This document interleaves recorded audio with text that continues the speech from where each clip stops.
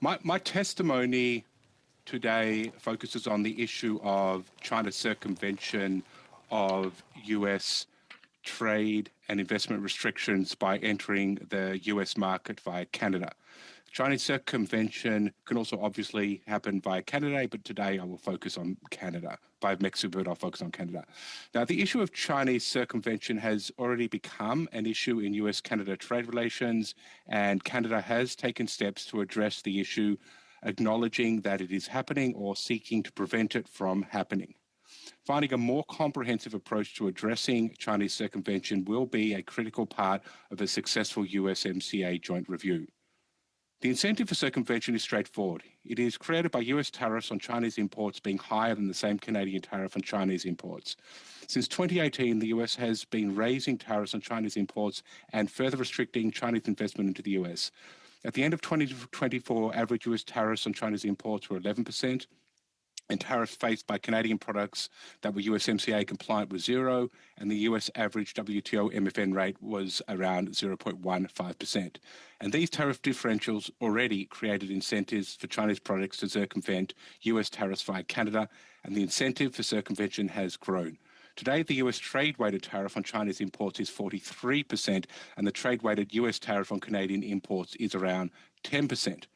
The net result is that the incentive for Chinese circumvention will persist with respect to Canada, and in the event of better outcomes from the USMCA review, where US tariffs on Canadian imports are lowered, then the incentive for circumvention will only increase.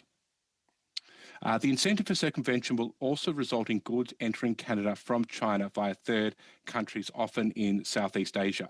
As a result, addressing the challenge of circumvention may not be limited to tariff rates on imports from China alone.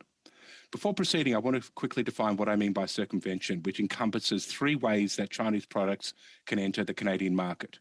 One way is transshipment, which occurs when an import from China passes through Canada on its way to the US without any substantial transformation that would allow it to be classified as being made in Canada. A second way is Chinese products can circumvent tariffs is by being incorporated into manufacturing and other processes in Canada, effectively an input into supply chains to produce a good which is then exported to the US. And a third way is via Chinese direct investment into Canada that produces products for export to the US. Now, Chinese goods transship via Canada into the US and that do not undergo sufficient transformation required to qualify under USMCA, yet claim the lower USMCA tariff, or are classified as made in Canada and then claim the lower US MFN rate, are inconsistent with Canada's trade obligations. However, the other opportunities for China's circumvention via supply chains and investment are often not a matter of legality. Instead, the concern with circumvention via these other pathways reflects changed political tolerance in the US for ongoing exposure to trade with China. So how to better address the incentives to circumvention created by US tariffs on China is often less about better enforcement of existing trade rules and instead will require new approaches. Canada has taken a range of steps to address Chinese circumvention, as mentioned, including the 100% surtax on Chinese-made EVs and the 25% surtax on imports of steel and aluminum products from China. And these actions align with US trade restrictions on Chinese EVs and on tariffs on steel and aluminum from China.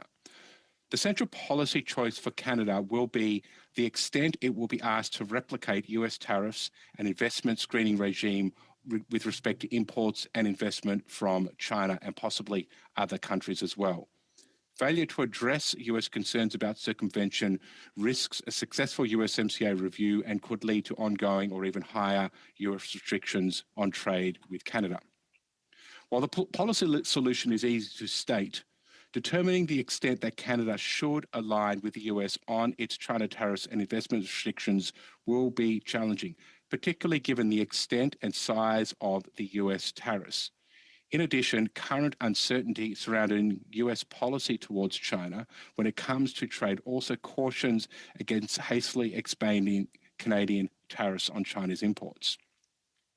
As Canada considers calls for alignment, it should also assess what other commitments from the US that Canada would need that would reflect the underlying implication that Canada would be tying its trade policy more closely to that of the US.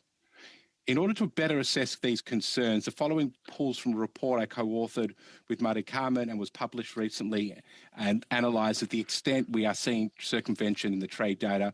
We can share a copy of this report with the committee, and it is available online at the Brookings USMCA initiative. Mr. Walter, if you can, sir, your 5 minutes is up. If you could just okay, I'm happy to finish there. That's fine. Thank you.